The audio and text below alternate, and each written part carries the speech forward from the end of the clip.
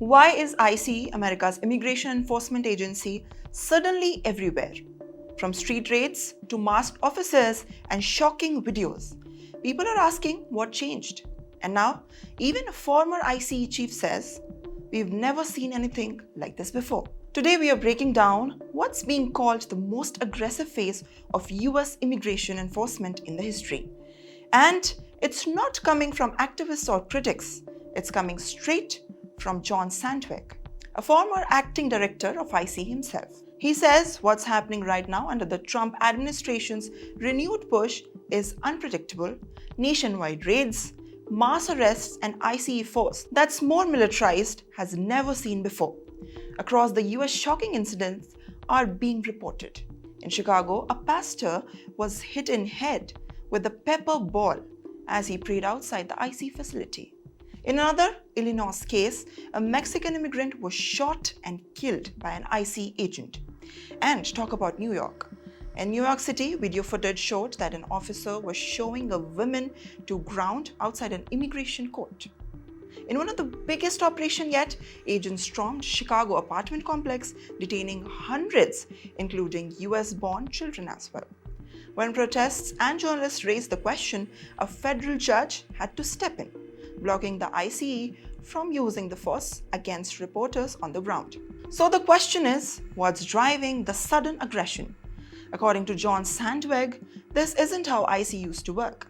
But during the Obama time, yes, and even in the early Trump era, ICE operations were targeted. They went to a specific individual, people who were known for criminal records, backed by investigations and intelligence. But now, they said it's turned into a number game. Quantity over quality. Instead of tracking violent offenders, ICE agents are raiding car washes, parking lots, and homes, detaining everyone who's undocumented. Sandweg puts it bluntly that you don't find dangerous criminals washing cars on the minimum wages. Well, he believes that agents are under pressure to boost arrest numbers, and even if it means sweeping a long-term resident, people with families, jobs, and deep roots in the US. Another big concern, ICE is rapidly expanding.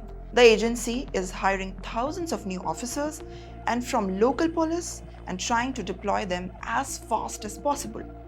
But the former chief warns, if they're cutting corners or training on the background checks, it could lead to a serious problem down the line.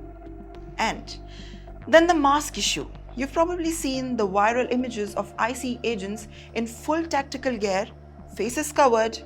Well, Sandweg says that he hates it.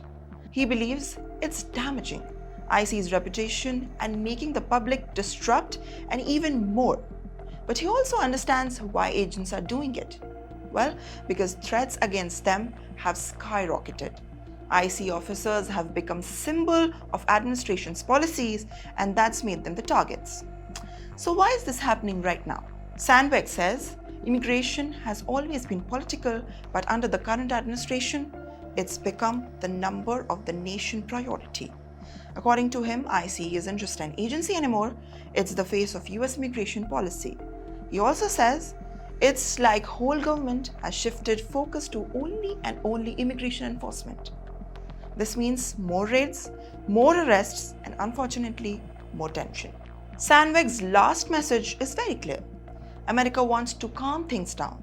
It needs immigration reforms and return to targeting the worst of the worst, not families who've lived there for decades. But right now, the balance between law and enforcement seems shaken. And what do you think? Is ICE just doing his job, or has the enforcement gone too far?